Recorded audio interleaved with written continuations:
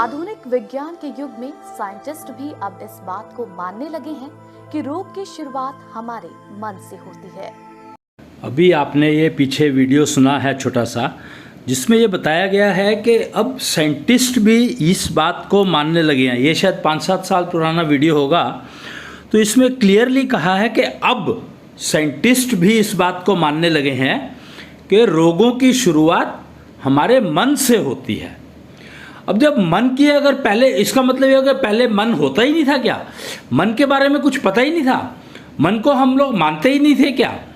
तो मेरे को ऐसा लगता है कि साइंटिफिक कम्युनिटी पिछले 4-5 साल, 7 साल, 10 साल से ही कुछ समझने लगी है कि नहीं, मन नाम की चीज़ भी कोई होती है और रोगों की शुरुआत मन से होती है।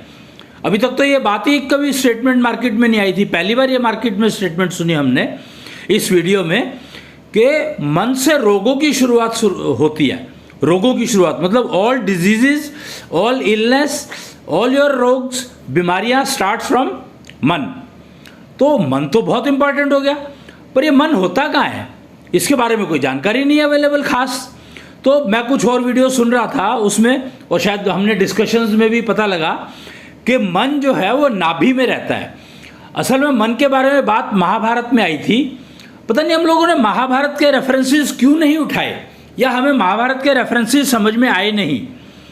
महाभारत में मन की बात में कृष्ण ने कहा था कि इंद्रियों में इंद्रियां, मन यानी इंद्रियों में इंद्रियां, 5 इंद्रियां बताई गई हैं। 5 ज्ञानेंद्रियां, 5 कर्मेंद्रियां। 5 ज्ञानेंद्रियां जिनसे हम सेंस करते हैं, 5 सेंसेस जिनको कहा जाता है, आँख, नाक, मुंह, कान। और 5 कर्मेंद्रियां जिनसे काम करते हैं, हाथ, पैर।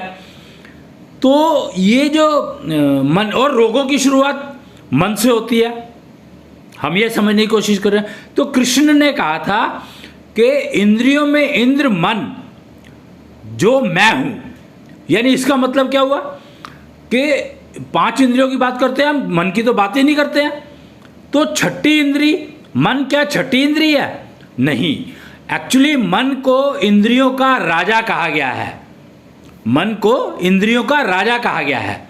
कृष्णेंद्र, इंद्र कृष्णेंद्र। अब वो कृष्ण को ही कृष्णेंद्र कहा जाता है अब कलयुग में।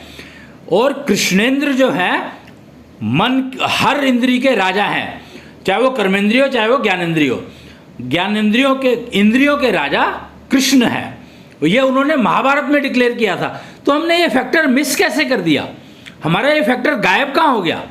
ये तो पूरी हिस्ट्री डॉक्यूमेंटेड है, इतनी सारी उसके महाभारत के ऊपर मूवीज बनी है, पूरा का पूरा सीरियल्स बने हैं, और ये स्टेटमेंट कृष्ण ने तो तब कहा था।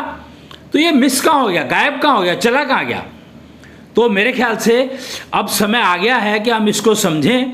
और हम लोग मेंटल वेल्थ पर काम कर रहे हैं। तो मेंटल वेल्थ में buildup and investment and maintenance. और अगर आप मन को, मेंटल वेल्थ को मेंटेन करते हैं, मेंटल वेल्थ को विकसित करते हैं, डेवलप करते हैं या बिल्ड करते हैं, और मेंटल वेल्थ को इन्वेस्ट करना सीख लेते हैं, तो गारंटी है कि आपको बीमारियां होंगी ही नहीं। ये तो पक्की बात है, क्योंकि रोगों की शुरुआत मन से होती है।